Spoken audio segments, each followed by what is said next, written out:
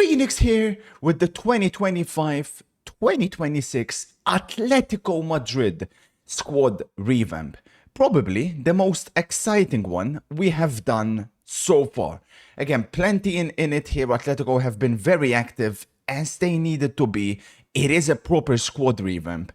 And it's the one I was most looking forward to because I wanted to figure out exactly what Simeone is going to be cooking for the upcoming season. And let me tell you something, they are cooking. Let's get straight into it and why Atletico Madrid are going to be a big, big problem for teams next season. So, we'll begin with the exits. As always, let me make myself a little bit bigger. Aspilicueta came for a couple of years off on a free. Not much to say, really. Obviously, not the Aspilicueta from Chelsea. He was already on the decline. Good decision to kick him out. Witsel, loyal servant. He's been here a few years. But again, his time was also coming to an end. Towards the end, he was playing as a centre-back. You know, he started as a midfielder. Up until a couple of years ago, he was still decent. But again, a player that Atletico needed to move on from. But, of course, they'll forever be grateful to his contributions. Up next, Reynaldo. He is off to Sunderland. This one surprised me. Because I do think there's a player here. And sure, he's had problems with injuries. But I still think there was a player. But alas, keeping Galan, letting go of Reynaldo, I'm not so sure. He was mostly comfortable as a left-sided centre-back, and it does seem like Simeone is shifting to a new formation, which we'll get into a little bit. So maybe that's part of the decision. Either way, he is off to Sunderland. A great signing for Sunderland if he can stay fit. Then comes the interesting one. Joey Vermin, I think this one could be one Atletico Madrid will potentially end up regretting. He's only 20 years of age. They brought him in as a player with mega potential. Obviously, didn't really get the game time. He was still young. He was still adapting. But now he's demanded to leave with the World Cup coming up. And he's off to Leipzig. We'll see what happens. It could be one, like I said, that they may end up regretting. But considering the players they have brought in, it's sensible to let him go. Up next, well, an Atletico Madrid legend, Saul, who is, I believe, still only 30, which is crazy. It feels like he's been here for so long because he broke through very early on. I'll never forget 2016 Saul. I will never forget that goal he scored against Bayern Munich. He will go down as an Atletico Madrid legend. But again, the timing is correct to let him go. He's had injuries. He's not been the same, Saul, unfortunately. So it makes all the sense in the world. This one, however, is a surprise. Rodrigo De Paul has joined Messi at Inter Miami. As much as Atletico Madrid have needed a midfield revamp, and that will be the main focus here, I do think he's been Atletico Madrid's best midfielder, right, for the past 2-3 years. I think he's an underrated player. And I was a bit surprised. He's obviously getting up in age now, but I would have kept him. But either way, I think it was also his desire to join Messi and go to the MLS. It is what it is. Again, I always say you cannot keep players that they don't want to stay, and the most important thing is that you replace them well. And we'll get into seeing how Atletico have replaced him. Up next, Riquelme off to Betis, I believe. Not much to say here. I don't think he's that good. I don't really rate him, so I don't think it's a player that Atletico Madrid will miss. Thomas Lemar. Obviously brought in for ridiculous money. What was it? Around 70-80 million, if I recall correctly, or may have been less. I remember Arsenal launching a bit of around that amount of money. he's not lived up to expectations. He was never really able to claim a starting spot for Atletico. The closest he ever got was when they were playing 3-5-2, and he was one of the central midfielders out wide. But a player that didn't really succeed, and I do think they'll let him go. I believe there's rumors about Girona on loan. It's a shame, but a player that definitely did not live up to expectations, and the correct time to let him go. Up next, this one I think is a mistake. Samuel Lino, and I do think Simeone here has blame. Samuel Lino, a couple of years ago, in the 2023-2024 season, I thought he was Atleti's best player, or one of Atleti's best players, because Griezmann was sensational that year. But he was direct, fast, gets the ball, can dribble past players. Then I don't know what happened last year. Last year he was a shell of that Samuel Lino, but it's not like he's old. He's still young, and he could still develop. He's off to Flamengo, I believe, and I still think this is a player that they lack his qualities. Athletic, they don't have that player that can get the ball and one pass players. So I was a bit surprised with this one. I personally would not have let him go. I would have seen if he can rediscover the form he had a couple of years ago. But alas, he's off. As is Angel Correa, who also feels like he has been here forever.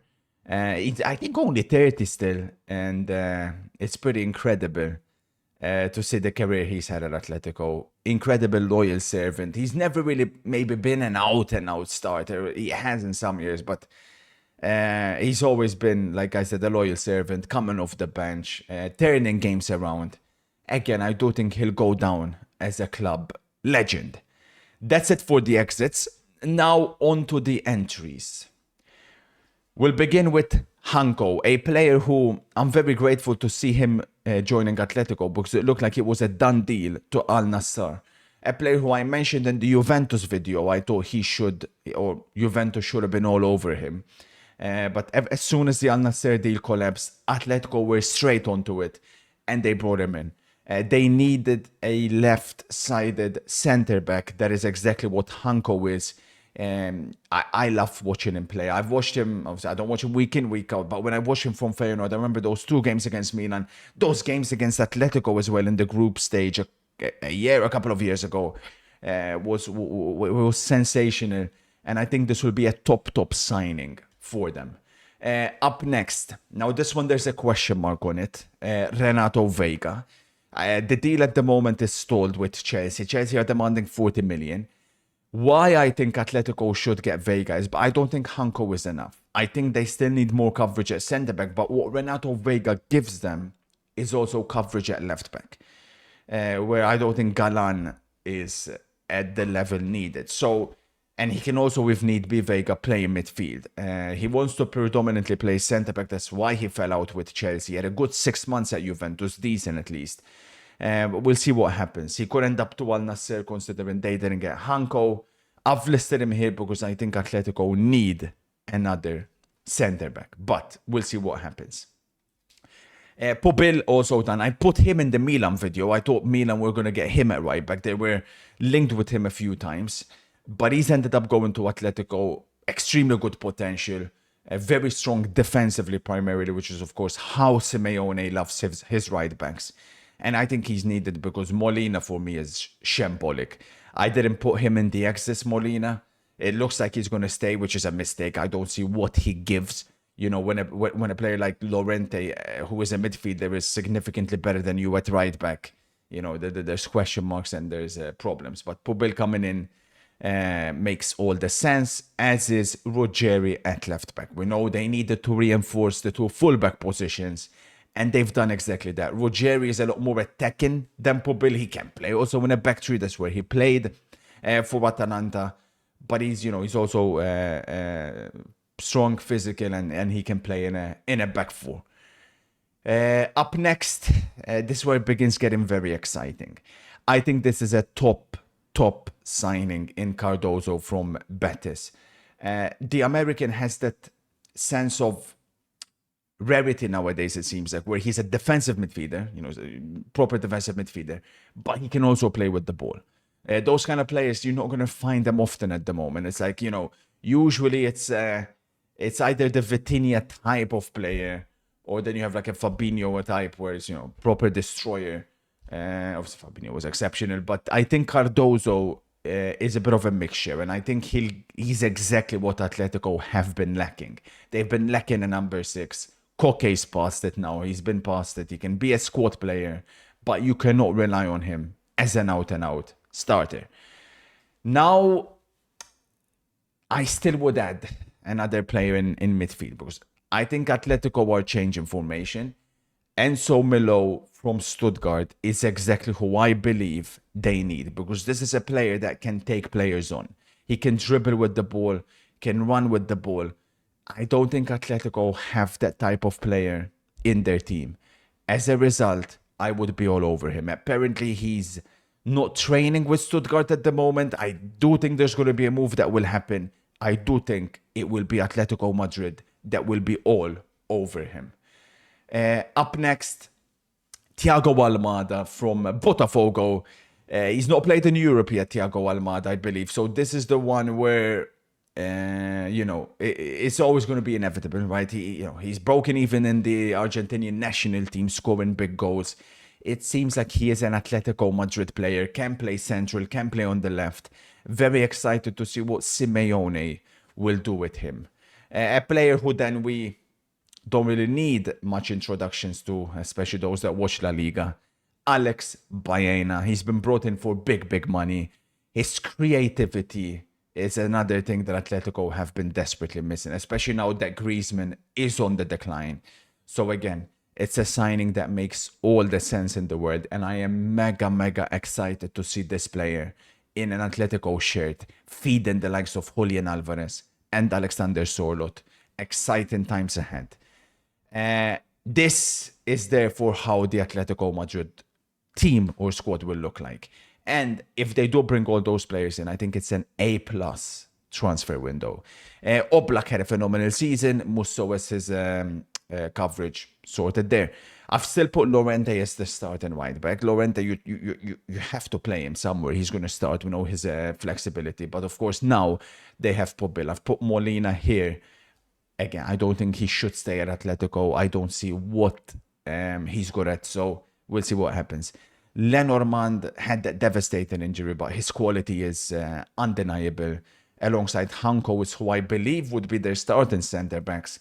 Jimenez, of course, constantly injured, which is a problem, but when fit, he can definitely provide a helping hand. And I've put Renato Vega and Lenglet here. Ruggeri left back with Galan as his backup, but of course Vega can also play left back if needed. Then comes the most exciting part of this team. Cardozo and Barrios. Like I said, I do think Atletico will change formation more to a 4-3-3, 4-2-3-1, whatever you want to call it. And Barrios, I think this guy is phenomenal. We all know his qualities. I think he's going to have a big season. I'll be very surprised if he doesn't start for Spain in the World Cup. I'm going to be honest, very surprised. And with Cardozo, he'll now have a player who will be able to get the best out of him as well, because Cardozo will do the dirty work. Barrios will be able to shine and bomb forward like he's already shown us as recently as the Club World Cup. Gallagher, again, good, decent squad player, of course. I don't see him as a starter, but he can cover for both of these positions. I've put Enzo Milo here with Griezmann as his backup. Griezmann's on the decline. That is obvious, that is evident. He didn't have a great season, but I guess he can still come on and change games where needed. He's got that experience. But Enzo Milo, I would expect to be the starter. I've got Simeone on the right, had a fantastic breakthrough season. Big fan of him. Looks like a top player. Now this is where it's interesting, because I put Llorente as his backup. Of course, I've got him started. I think Atletico have one decision left if they bring in Enzo Milo. Do they bring in Renato Vega, or do they go for someone like Anthony on the right? Because Simeone is very direct, very fast. But they are missing that dribbler type of player again, maybe on the wing. So That's the decision they'll have to make. I've still gone with them getting Vega because I think Vega is a necessity. They need another center back. So we'll see. And then on the left, Alex Baena with Thiago Almada as his backup. Again, both players can play in the middle. So extremely good flexibility. And up front, Julian Alvarez with Sorlot as his backup. Now, what the squad will give you is flexibility. They can easily play a back three, especially if they get Vega, and push the wingbacks up. Both Ruggieri and Llorente can play wingbacks comfortably. They can play three in midfield, three at the back, three midfield, and two up front. If need be, they can go Alvarez, Sorlot. They can go 4-4-2, which is what they played last season, even though I think they should move away from that formation. And like I said, 4-3-3, 4-2-3-1, incredible flexibility, 3-5-2, 3-4-2-1, whatever they want or whatever Simeone wants, they can play. This would be the best window, like I said, out of any team so far, pending what Liverpool do, of course. If they do end up getting Isaac and even a couple of players, then they'll take the lead. But this is an unbelievable window. And I don't think we can make any more excuses. I'm a big Simeone fan. But I don't think this squad is that much inferior to Barcelona or Real Madrid. I do think they need to win trophies again, Atletico. The main reason is I don't think, in the 2010s, sure, Atletico were better than this, but they were up against literal machines in that Barca and Real Madrid team. That Barca and Real Madrid team, sure, they still have Lamine Yamal and Mbappe and Pedri, Bellingham, players like that, which Atletico maybe don't have. But as a team, they're definitely not as strong as they were in the 2010s. They're not as unstoppable, on paper as they were back then. So I do expect Atletico to challenge for the title. They tried last season, then they faded. With this squad, I would fully expect them to. It'd be a failure if they don't. Now, whether you win or not, of course, there's fine margins. But at the very least, they have to sustain a title charge. Go deep into Copa del Rey. Champions League as well. Very unlucky against Real Madrid. But this is a squad where they need to go a bit more attacking. Now, I think Simeone realizes that. And with this, they can. They have those creative players. And I'd be mega excited to see what Simeone can cook with this team. Let me know anything I've got wrong, any Atletico Madrid fans especially. Any players you would like to see that I didn't put in here. And we'll see if we'll do a Newcastle one, maybe a Napoli one, we'll see. And of course, we need to get up for the predictions for the upcoming season. That's all from the Phoenix. Have a good one, and I'll catch you guys on the next one. Phoenix, out.